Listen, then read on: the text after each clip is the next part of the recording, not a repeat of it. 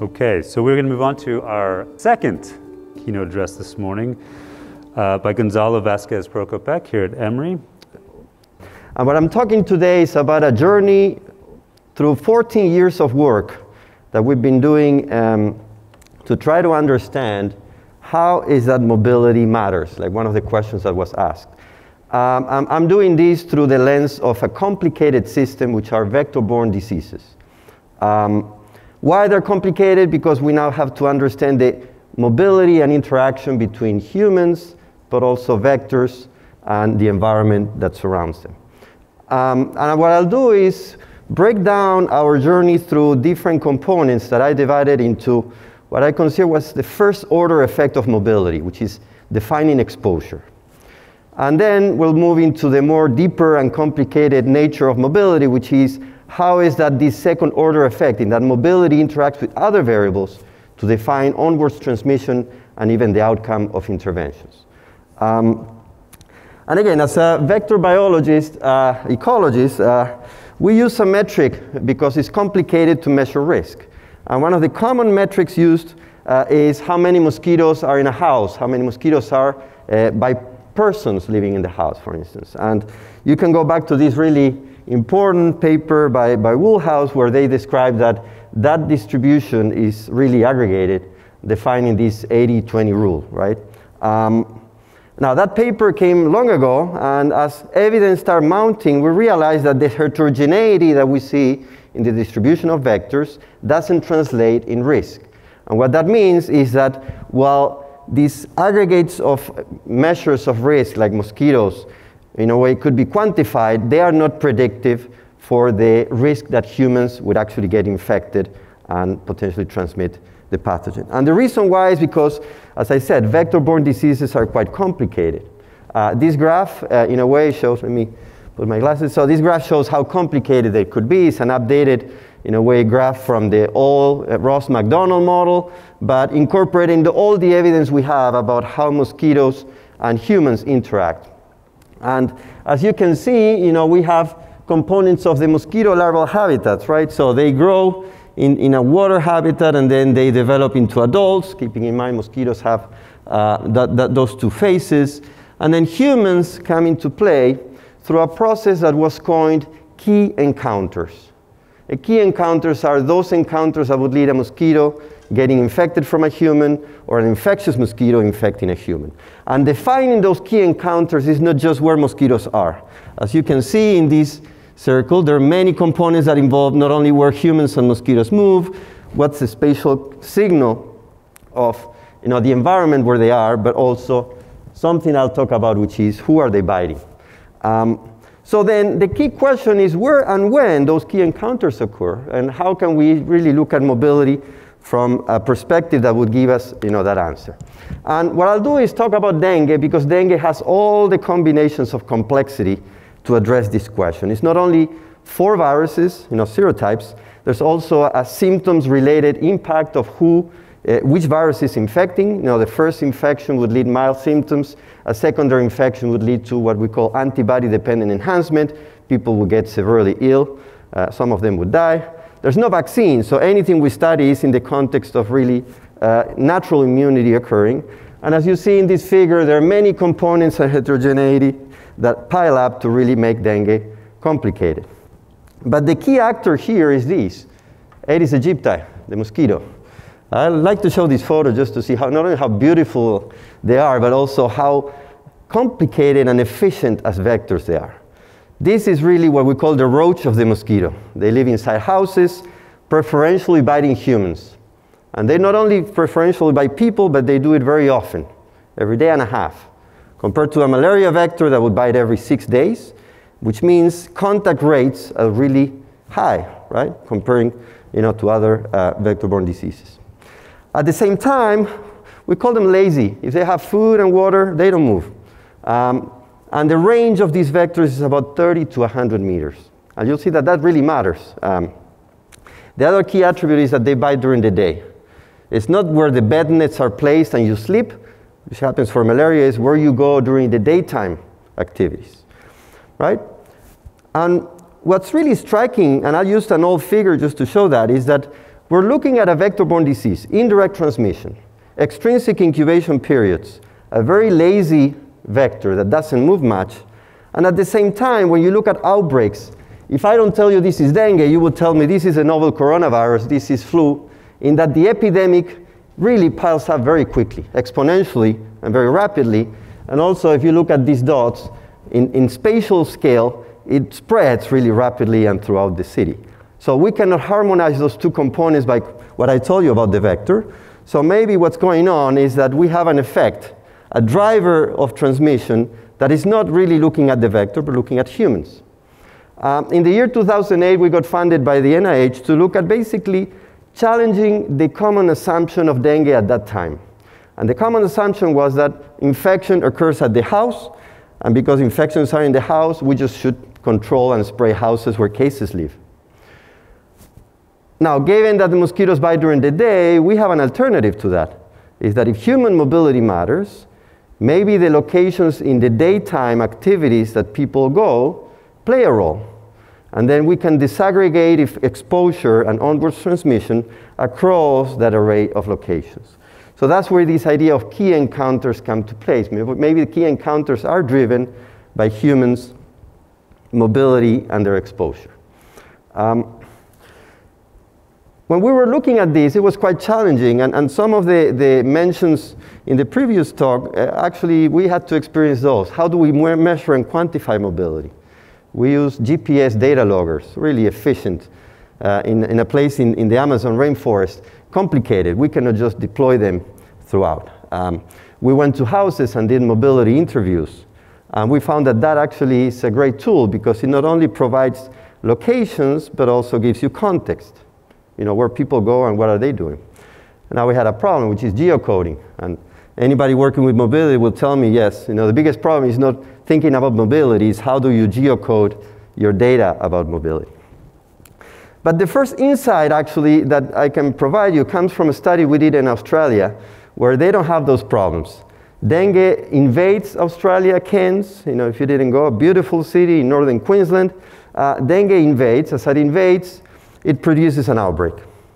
What they do there is contact tracing. They were doing that before, you know, COVID times. And the idea is you know where people go, but also where they spend the last 15 days.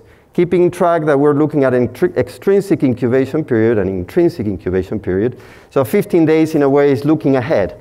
You know, if they move into those locations, maybe that's where the virus is moving next.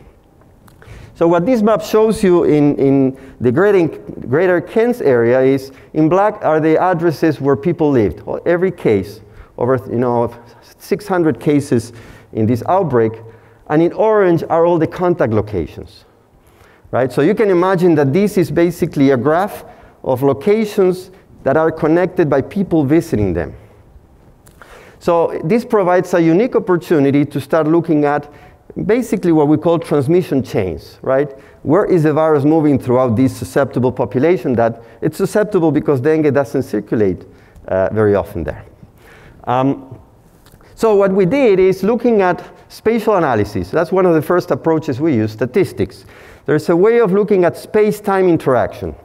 And what that means is if I now have every location that person visited, included our house, and I put some distance threshold, that two cases might be related if they are within 20 days of each other, but also within 100 meters from each other, just to account for human and mosquito movement. And when we did that, we found that actually many people who were living in these satellite towns that you see outside that red box had their space-time connection to a location inside the city. To the point that, I don't know if I can, there it is.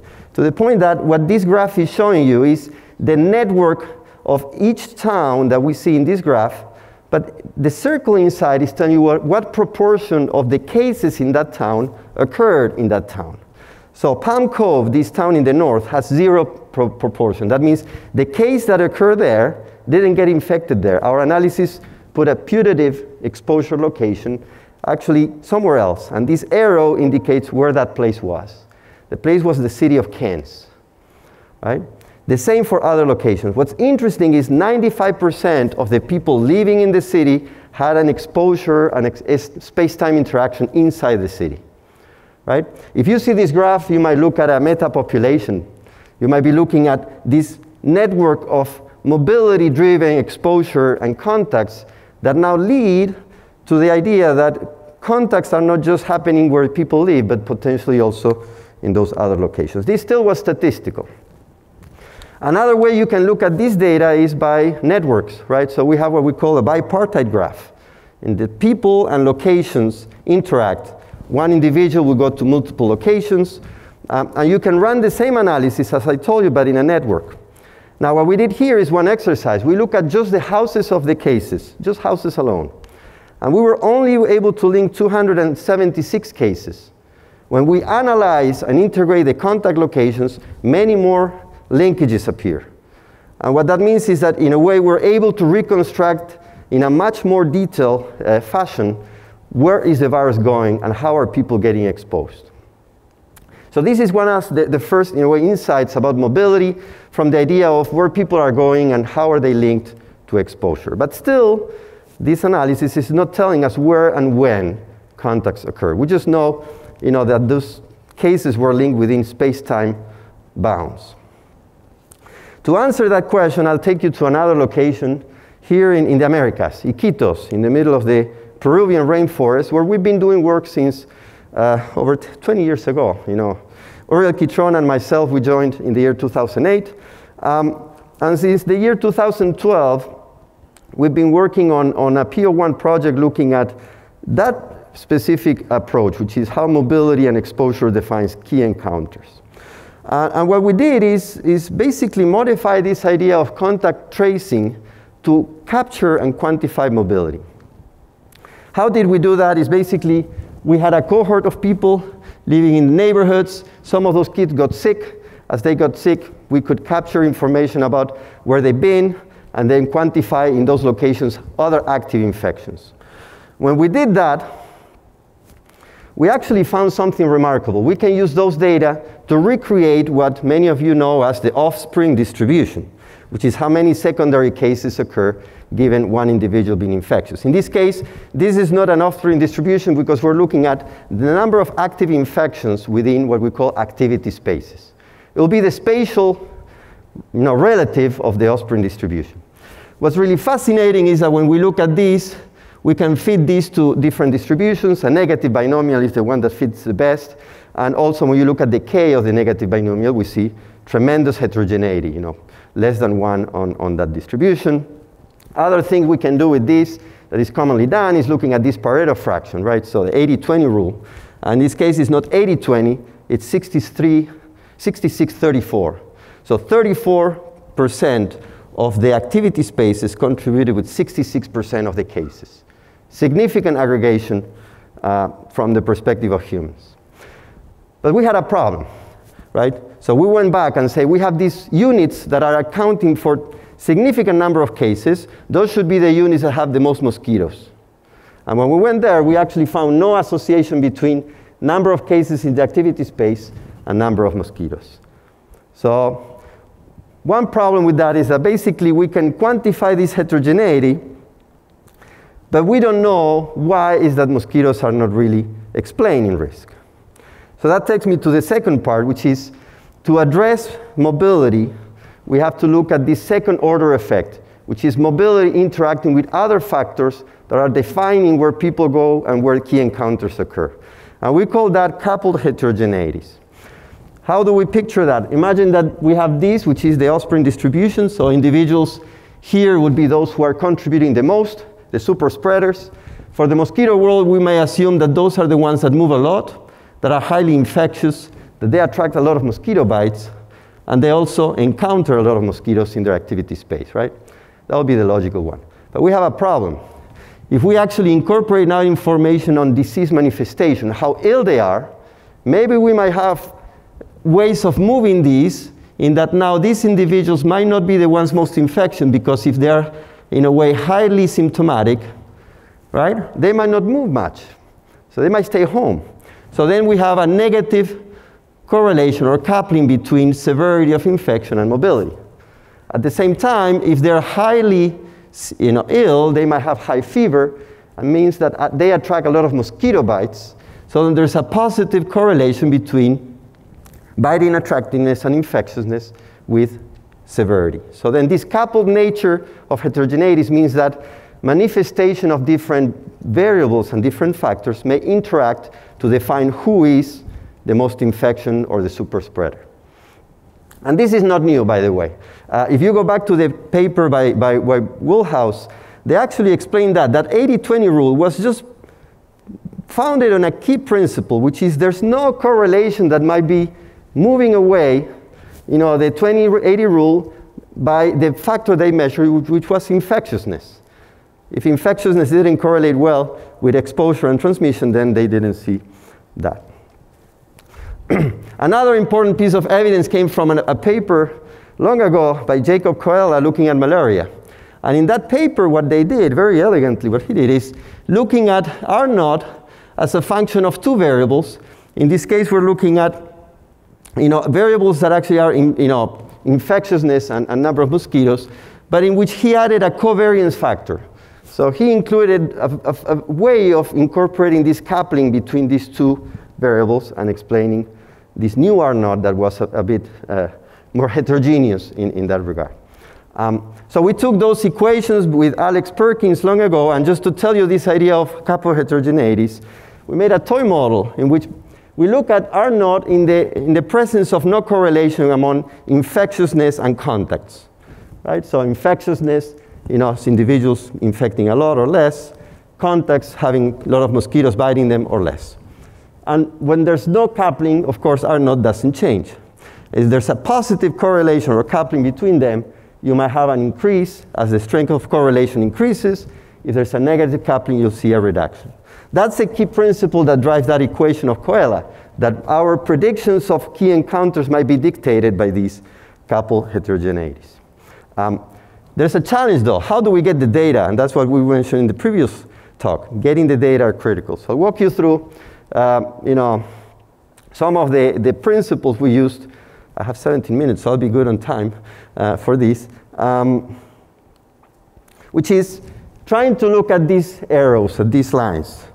And the first one is infectiousness and disease severity. Is there any coupling between how infectious people are and how severely ill they are? And the answer comes from a paper, not done by our group, but looking at individuals who are sick or individuals who are asymptomatic, putting mosquitoes in them, and quantifying how many mosquitoes get infected. That's infectiousness, right? And this article is fascinating because what it finds is something that for COVID is not surprising. And that is that if you look at viremia on those individuals, and you're just looking at basically this red line, these are individuals that didn't have any symptoms whatsoever, and they're as infectious as individuals who are symptomatic, which is the blue, but also at medium levels of viremia, they're actually more infectious. Asymptomatic carriers are more infectious to mosquitoes than symptomatic individuals, and also there is this green category, which are individuals who are infectious prior to showing symptoms, right? So working on a simple dengue model, we look at how important asymptomatic carriers would be for the force of infection of dengue virus. And the bottom line, or the summary number, is shown here. So we quantified about 84% of all infections are driven by individuals in their pre-symptomatic or fully asymptomatic period. Way more than symptomatic individuals. And the way of looking at this is, here we have individuals who have different combinations, asymptomatic, inapparent, or apparent. So these ones in this corner are fully asymptomatic, and their contribution to force of infection is really high.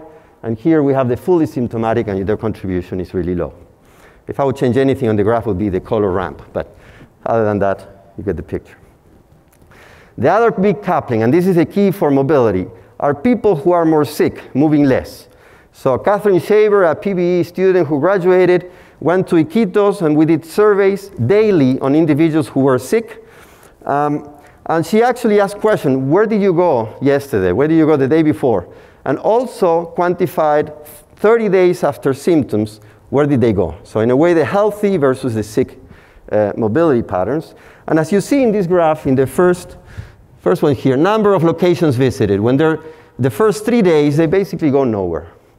Stay home, or they go maybe to another location. The post-illness, they go to about 4 locations. And as you see, as symptoms, as the day of illness increases, in a way, they feel better and they start going out more often. So there's a clear correlation between mobility and infection or disease in this case. And the second one is how much time they spend at home, which is the other one. And as you can see, at the beginning they spend most of the time at home, and as they feel ill, that goes about 50% of the time, right?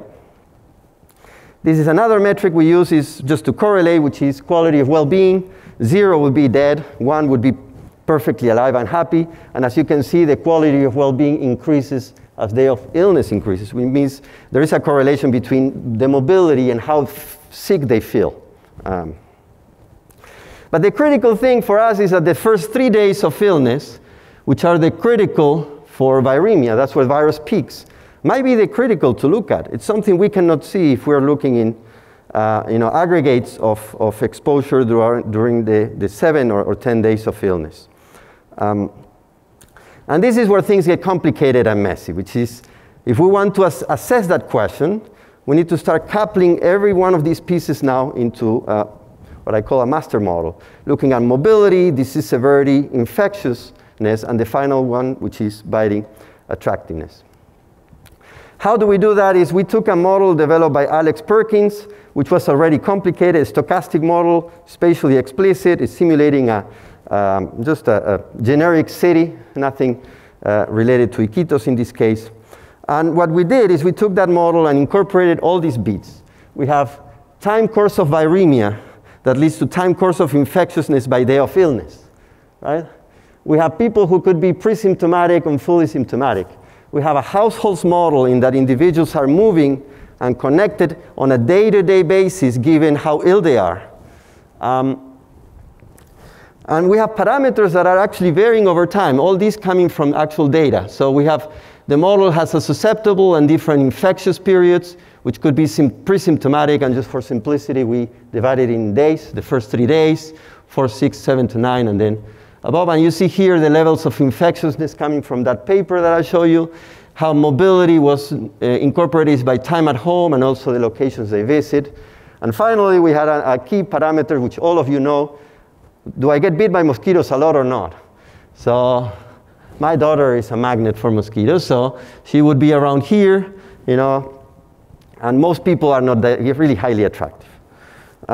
So what did we find is we're comparing these two. So these are the model. It's a naive model, complicated but naive, in which is not assuming mobility change due to infection.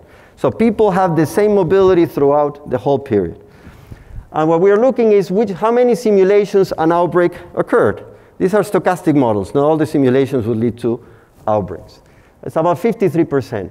Now, when we include all these mobility changes and people getting sick and staying home, you see that basically we have more outbreaks picking up. And the idea is, you'll see later, that relates to their exposure to mosquitoes in their house and how attractive they are to mosquitoes. It's a combination of factors. And the other one is, if you do not include pre-symptomatic infection, you have 39% of outbreaks occurring, but if you include it, basically that goes up. So pre-symptomatic is critical for looking at what would happen in a way in an outbreak if you're just basically looking at individuals and their mobility, because pre-symptomatic people don't change their mobility. They're really moving and infecting mosquitoes throughout. So the final piece of data comes from this study where we're basically looking at onwards transmission. And onwards transmission is how many individuals are going to get infected by the mosquitoes that a person infected while he or she went to different places. And the big piece for me that defines key encounters is that we're looking at two variables, number of mosquitoes, biting attractiveness. Those are the two. So as people move around, they encounter mosquitoes. That's a feature of the environment, but also they're individually attractive to mosquitoes in different ways. And as you can see, if you're poorly attractive to mosquitoes, no matter how many there are, but your contribution to onwards transmission is really low. As mosquito numbers increase and your biting attractiveness increases, your contribution to R naught is significantly higher, right? So the key encounter is not only defined by where you go, but how your individual features attracting mosquitoes really play out. So then the second part, in a way, this second order effects is that transmission heterogeneity is more complex than just looking at mobility. And that in the context of such marked heterogeneity, any intervention that is reactive to cases for any infectious disease is doomed to fail.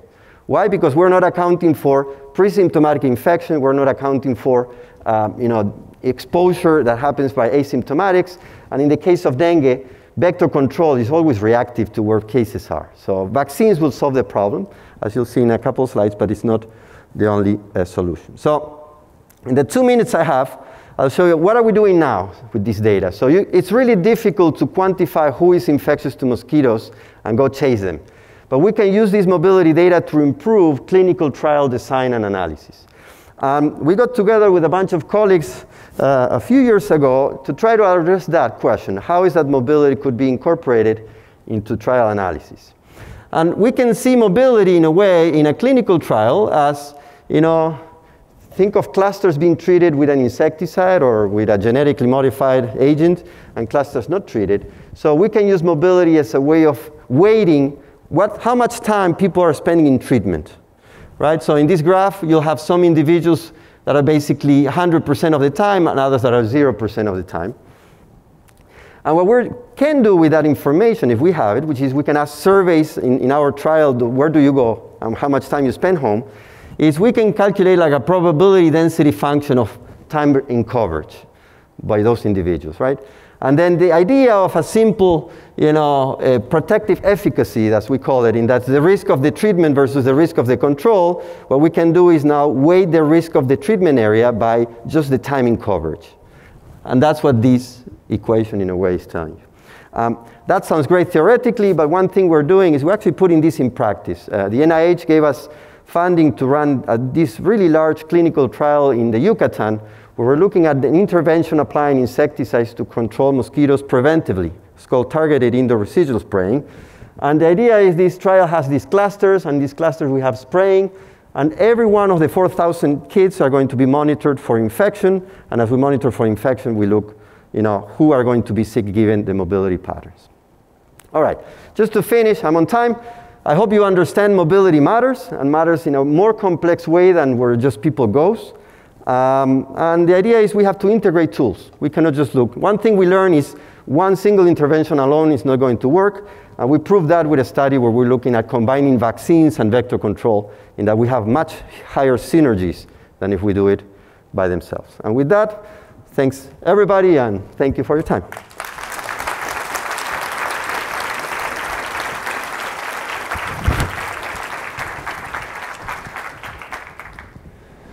Thanks, Gonzalo. In the interest of time, we'll just take one question. Yeah, thanks. I'm really lucky to be the one question. Really great talk. I'm definitely one of those highly attractive to mosquito type of people. But I was curious, just in your review of explaining your results, what type of factors lead to high attractiveness to mosquitoes, low attractiveness? Is it like a genomic factor, or is environmental diet? What would you say leads to that? Oh. If you know the answer to that, you have the jackpot there. We don't know. A colleague of mine did a study for Aedes aegypti, and they found that for kids up to 18 years of age, body surface, not body mass, body surface was predictive. The amount of CO2, pregnant women, the amount of CO2 that you exhale is attractive to mosquitoes. Believe it or not, for malaria vectors, how stinky your feet are could be predictive. But there's not a predictive in a sense that you could see somebody and say, haha, you're going to be attractive. And I think that's a big challenge we have these days.